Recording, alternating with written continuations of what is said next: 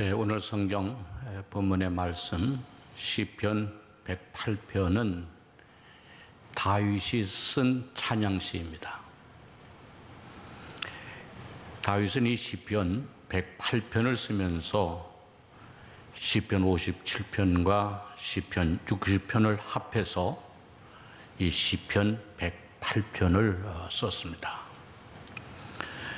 그런데 이 시편 57편과 시편 60편은 비탄의 시입니다. 슬픔 가운데, 한탄 가운데 쓴 시입니다.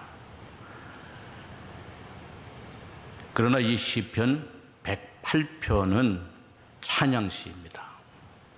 그러니까 원수들의 함정에서 빠져나올 수 없는 기막힌 상황, 비탄함 속에서 오히려 승리할 것을 기대하면서 쓴 시가 오늘 본문 시편 108편이라고 하는 것입니다.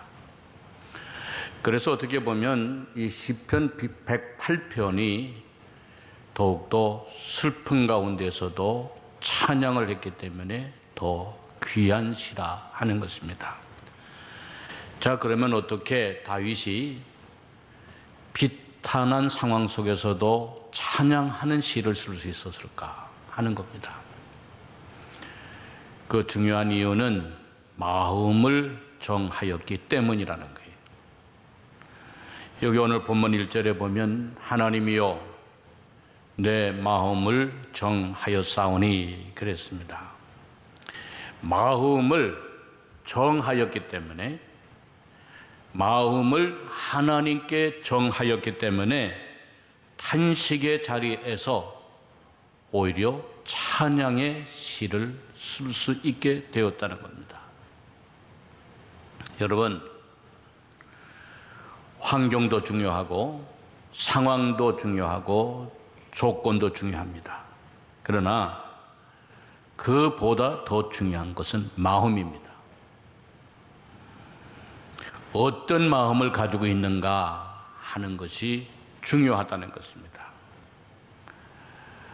어떤 자세를 가지고 있는가, 어떤 태도를 가지고 있는가, 어떤 마음을 가지고 있는가가 환경보다, 조건보다, 상황보다도 더 중요하다는 겁니다. 마음을 정하고 보니 이제는 하나님께 내 마음을 정해놓고 보니 모든 것에서 자유할 수 있게 되었다는 게. 자, 그러면 구체적으로 다윗이 어떤 마음을 정하였을까? 그 첫째는 전적으로 하나님만을 의지하기로 마음을 정했다는 게. 여기 오늘 본문 1절에 하나님이여 내 마음을 정하였사오니 내가 노래하며 나의 마음을 다하여 찬양하리로다 그랬습니다. 여기 내 마음을 정하였사오니라고 하는 말은 전적으로 하나님만을 의지하기로 결심하였다라고 하는 것입니다. 비록 지금은 쫓기어 동굴 속에 숨어 있고 원수들이 나의 생명을 찾아다니고 내일에 어떻게 되어질는지 모르는 상황이라 할지라도 내 마음은 하나님을 향하여 정하였사오니 이제부터는 내가 노래하고 찬양하겠다라고 하는 것입니다. 여러분, 문제는 상황이 아니라 문제는 믿음입니다. 믿음이 중요합니다. 어떤 어려운 상황 속에서도 하나님이 나를 지켜주시고 나를 구원하여 주시고 나의 모든 어려움을 막아주시고 이전의 삶으로 돌아가게 해 주실 것을 믿으니 이제는 더 이상 갈등하며 방황하고 두려워할 이유가 없다는 거예요. 사랑하는 우리 성도 여러분, 이 시대를 살아가는 우리들에게도 필요한 것은 믿음입니다. 오늘의 상황이 매일 코로나에게 쫓기고 경제적인 어려움을 당하고 또 내일이 어떻게 되어질는지 알지 못할지라도 오늘 우리가 하나님을 향한 분명한 믿음을 가지고 있다면 얼마든지 극복하고 이겨낼 수 있다는 것입니다. 마틴 루터가 종교개혁을 일으키게 될 때에 너무 힘들고 너무 어려우니까 심한 정신적인 갈등을 겪다가 우울증에 빠지게 되었습니다. 나중에는 탈진을 해서 침대에 들어놓고 주저앉아 일어나기가 힘들 정도였어요. 그런데 어느 날 아내가 하얀 상복을 입고 누워있는 마틴 루터에게 나타났습니다. 마틴 루터는 깜짝 놀라서 누가 죽었나요? 라고 물어봤어요. 그랬더니 마틴 루터의 부인이 하는 말이 여보 하나님이 죽었어요 그랬어요. 그랬더니 루터가 무슨 소리냐고 하나님이 죽었다니 그런 불경스러운 얘기가 어디 있느냐 오히려 야단쳤어요. 그랬더니 부인이 하는 말이 당신이 믿는 하나님이 죽지 않고서야 어떻게 당신이 이렇게 낙심할 수 있겠느냐고 얘기를 했어요. 그때서야 루터는 힘을 얻고 마음을 정하고 자리를 박차고 일어나 죽음을 무릅쓰고 종교 계획을 완수할 수 있었다 그랬어요. 여러분, 마음을 정하는 것이 중요합니다. 마음을 정하는 것이 쉽지 않고 어렵다 할지라도 마음을 정하면 자유할 수 있습니다. 앞으로 나아갈 수 있습니다. 두려워하지 않을 수 있습니다. 다른 갈등을 겪을 필요가 없습니다. 시편 112편 7절의 말씀을 보면 그는 숭한 소문을 두려워하지 아니하며 여호와를 의뢰하고 그의 마음을 굳게 정하였도다 그랬어요. 우리에게 날마다 들려오는 숭한 소문이 있다 할지라도 우리의 마음을 굳게 하나님께 정하면 두려워하지 아니할 수 있다는 것입니다. 사랑하는 성도 여러분, 여러분들도 하나님께 마음을 정하시기를 바랍니다. 오직 하나님만이 나의 구원자이시요 오직 하나님만이 나의 능력이시요 나의 요새시요 나의 피난처가 되심을 여러분들을 정하여 살아가는 여러분들이 되셔서 하나님이 주시는 자유와 평안을 맛보고 살아가는 여러분들 모두가 되어지시기를 주의 이름으로 축원합니다. 둘째는 하나님과 더 깊은 교제를 갖기로 마음을 정했다는 겁니다. 본문 2절에 보니 비파야 수구마 깰지어다 내가 새벽을 깨우리로다 그랬어요. 여기 새벽을 깨운다고 하는 말은 하루를 시작하기 전에 먼저 하나님과 교제하고 하나님의 지혜를 구하고 하나님의 인도를 구하고 하나님의 능력을 구하겠다 하는 것입니다. 시브리어로 이 새벽이라고 하는 말은 오르라고 하는 말인데 이 말은 빛나다는 의미입니다.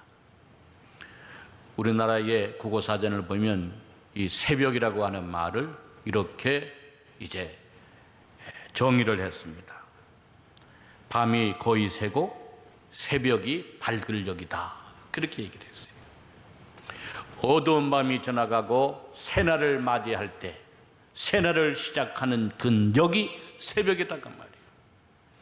바로 새날을 시작하기 전에 깨어서 하나님과 교제하고 하나님의 인도를 구하고 하나님의 지혜를 구하고 하나님의 능력을 구하며 하나님과 오늘 하루를 동행하겠다고 하는 겁니다. 여러분들도 하루를 시작할 때 마음을 다지지 않습니까? 오늘은 어떻게 해야 되고 오늘은 누구를 만나야 되고 무엇을 해야 되겠다 마음을 다지지 않습니까? 바로 성도들도 하루를 시작하면서 하나님과 교제하고 하나님의 지혜를 구하고 하나님의 인도와 능력을 구하는 삶을 살아야 한다는 겁니다. 사랑하는 우리 성도 여러분, 시대가 어려우면 어려울수록 여러분들은 새벽을 깨우시기를 바랍니다. 성경에도 보면 새벽에 많은 일들이 일어나는 것을 보여줍니다. 홍해바다가 갈라진 것도 새벽에 갈라졌고, 여리고성이 무너진 것도 새벽에 무너졌고, 예수님도 부활을 새벽에 부활을 하셨습니다. 시편 5편 3절과 시편 143편 8절을 보면, 여호와의 아침에 주께서 나의 소리를 들으시리니 아침에 내가 주께 기도하고 바라리이다. 아침에 나로 하여금 주의 인자한 말씀을 듣게 하소서. 내가 주를 의뢰함이니이다. 내가 다니엘 길을 알게 하소서. 내가 내 영혼을 주께 드림이니이다. 그랬습니다. 우리가 새벽을 깨어 하나님을 찾을 때에 하나님은 우리에게 말씀하여 주시고, 하나님은 우리의 길을 인도하여 주시고, 하나님은 우리의 도움이 되어 주신다는 거예요. 여러분, 새벽은 하나님을 만나기에 제일 좋은 시간입니다. 기도하기가 제일 좋은 시간입니다. 말씀 듣고 응답받기 제일 좋은 시간입니다. 그래서 요단을 건너가기 전에 여호수아도 새벽에 일찍 일어났고, 예수님도 새벽에 미명의 산으로 올라가 기도하셨다 그랬어요. 사랑하는 성도 여러분, 여러분들도 새벽을 깨우시기를 바랍니다. 시대가 어려우면 어려울수록 주님을 만나고 주님과 교제하고 하나님의 인도함을 받고 사는 여러분들이 되어지시기를 주의 이름으로 축원합니다. 뉴질랜드 대사를 지냈고 주미공사를 지내신 문봉주라고 하는 대사가 새벽형 크리스찬이라고 하는 새벽 기도로 일어나라 라고 하는 그 책을 썼어요. 이분은 모태교인으로서 어려서부터 주일학교 다니고 청년 때 결혼해서도 늘 주일이 되면 습관적으로 한 번도 빠지지 않고 주일날 교회 가서 예배를 드렸습니다. 그런데 외교관 생활을 하다 보니까 많은 사람을 만나야 되고 잦은 회식을 해야 되고 자연히 술을 많이 먹게 되었어요. 그래도 많은 술을 먹어도 주일 아침이 되면 꼭 주일날 교회 나가서 예배 드리는 일은 거르지 않았습니다. 그런데 어느 날 교회를 갔더니 옆에 앉아있는 부인이 자꾸 소매를 잡아채면서 여보 제발 좀 입 좀 다물고 있어요 그러더라는 게, 찬송을 부르는 입에서 그리고 아멘 하면 하는 입에서 자꾸 술 냄새가 나더라는 거예요. 그래서 입을 좀 다물고 있으라고. 그래서 이 사람이 충격을 받았다는 게, 내가 과연 모태교인인가? 내가 과연 집사인가? 옆에 있는 사람이 찬송을 못 부를 정도로 내 입에서 술 냄새가 나는가? 그러던 시기에 위암에 걸렸고 위암 4기의 판정을 받고 어려운 수술을 받고 회복의 은혜를 입었습니다. 그때부터 은혜를 사모하면서 새벽 기도회를 나가기 시작했고 뜨거운 은혜를 체험하게 되었다는 게, 그래서 그 후에는 새벽형의 사람이 되었다는 게. 여러분, 외교관이 얼마나 바쁘겠어요. 하지만 새벽 기도를 한 번도 거르지를 않았다 그래요. 비행기를 타고 외국에 갈 때에도 새벽 5시가 되면 옆에 사람이 부담이 될까 봐 화장실에 가서라도 새벽에 하나님께 기도하고 하나님께 지혜를 구하고 하나님께 인도를 부탁했다는 게. 그래서 새벽을 깨우는 사람, 새벽을 사랑하는 사람이 되었다는 게. 그의 삶의 승리는 바로 새벽 기도에 있었다. 그래서 새벽형 크리스찬이라고 하는 책을, 새벽을 깨우리로다 라고 하는 책을 그가 간증으로 쓰게 되었다는 거예요. 여러분, 예수 믿는 사람들이 세상을 이길 수 있는 무기가 있어야 됩니다. 예수 믿는 사람들이 세상을 이길 수 있는 무기가 뭡니까? 하나님이 여러분의 무기가 되시기를 바랍니다. 기도가 여러분의 무기가 되시기를 바랍니다. 믿음이 여러분의 무기가 되시기를 바랍니다. 언제든 주님을 만나고 주님께 부르짖고 주님의 도우심을 받고 살아가는 여러분들 되어지시기를 주의 이름으로 축원합니다. 여러분, 시대가 어려우면 어려울수록 우리의 기도를 부르짖음을 들어줘야 될 뿐이 필요합니다. 누가 여러분의 아픔을, 누가 여러분의 괴로움을, 누가 여러분의 두려움을 들어주시겠습니까? 날마다 우리의 마음을 보시고 부르짖음을 들으시는 주님께 여러분 날마다 아뢰고 주님이 주시는 새신과 능력을 받고 세상을 넉넉히 이겨나가는 여러분들 모두가 다 되어지시기를 주의 이름으로 축원합니다.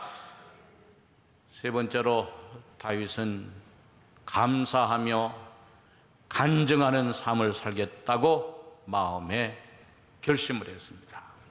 본문 3절에 보니 여호와여 내가 만민 중에서 주께 감사하고 문나라 중에서 주를 찬양하오리니 그랬어요.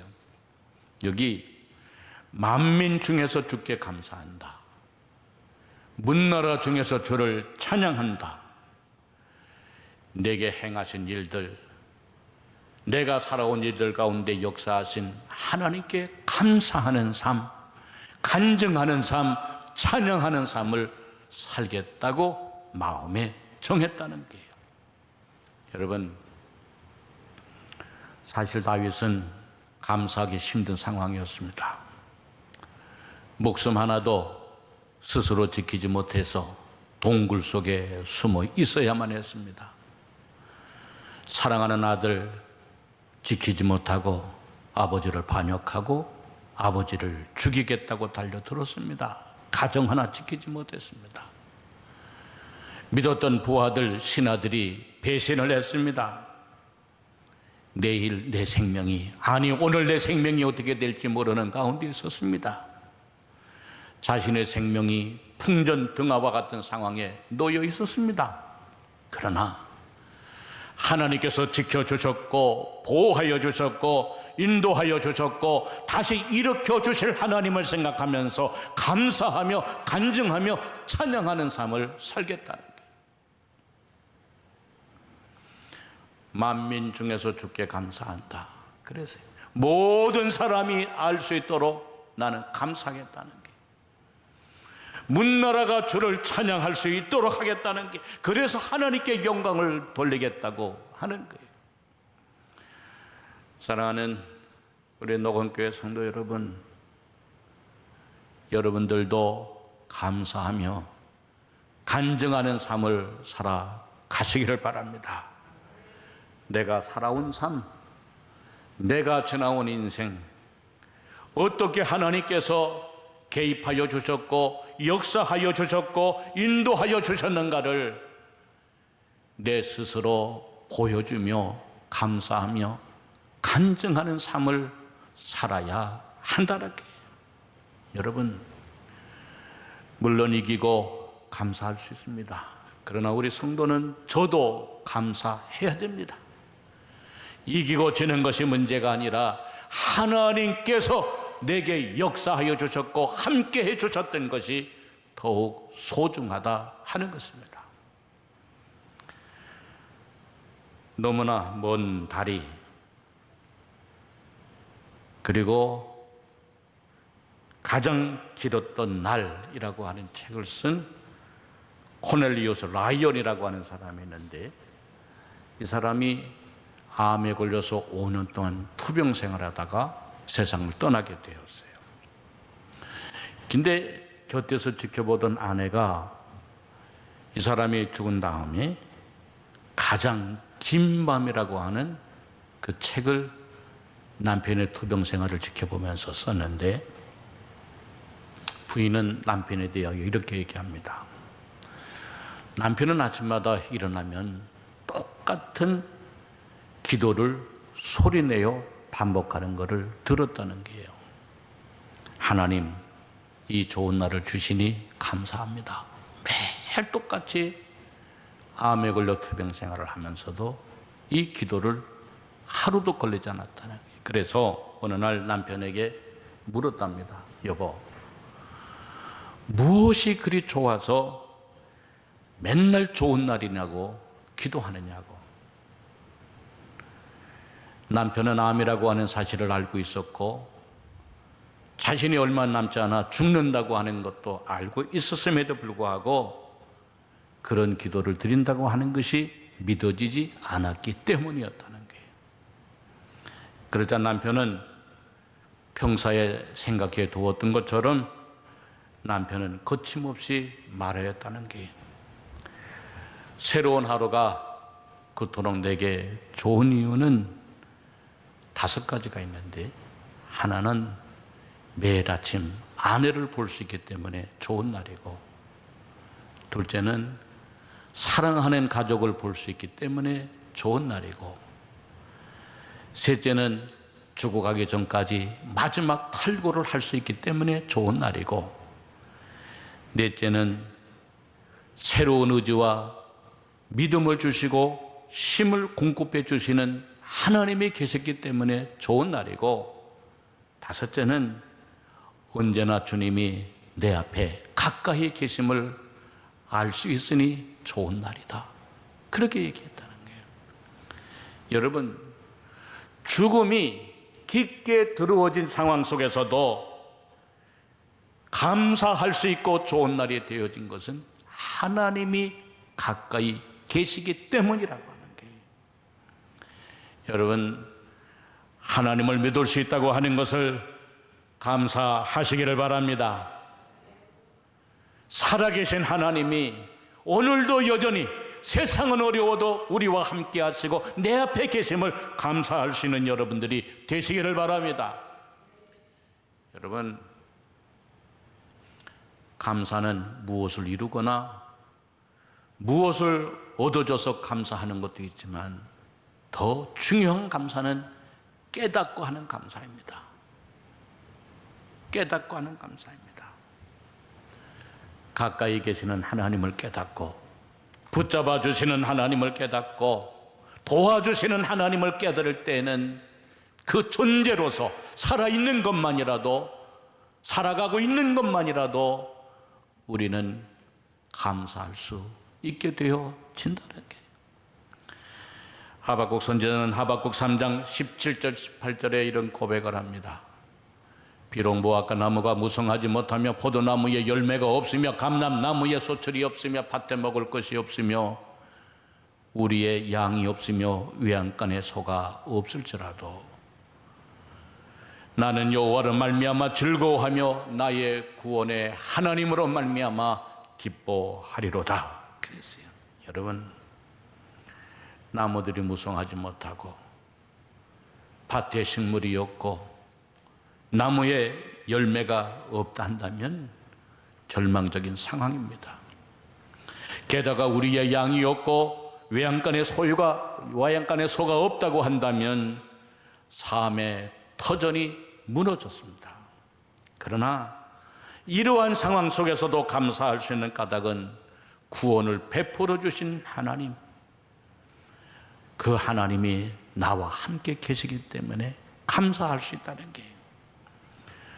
사랑하는 우리 성도 여러분, 오늘의 상황은 우리가 감사하기 힘든 상황입니다. 인간적으로 보면 감사하기가 어려운 상황입니다. 삶의 터전이 무너져 내리고 우리의 건강이 날마다 위협을 받고 있고 미래가 예측할 수 없을 정도로 불안하고 하루를 사는 것이 마치 1년을 살고 한 달을 사는 것처럼 지루한 시간을 우리 여러분들은 살아가고 있습니다. 그러나 여러분, 하나님께 마음을 정하시기를 바랍니다. 그리고 마음이 자유하여 주시고 하나님이 내려주시는 평안을 느끼며 살아가는 여러분들이 되시기를 바랍니다. 온전히 하나님만을 의지하기로 정하시기를 바랍니다. 날마다 하나님과 교제하기로 정하시기를 바랍니다. 날마다 감사하며 날마다 간증하는 삶을 살겠다고 마음을 정하시기를 바랍니다. 그래서 날마다 더욱더 붙잡아 주시는 하나님의 은혜를 체험하고 하루하루 승리하는 삶을 살아가는 여러분들 모두가 다 되어주시기를 주의 이름으로 축원합니다.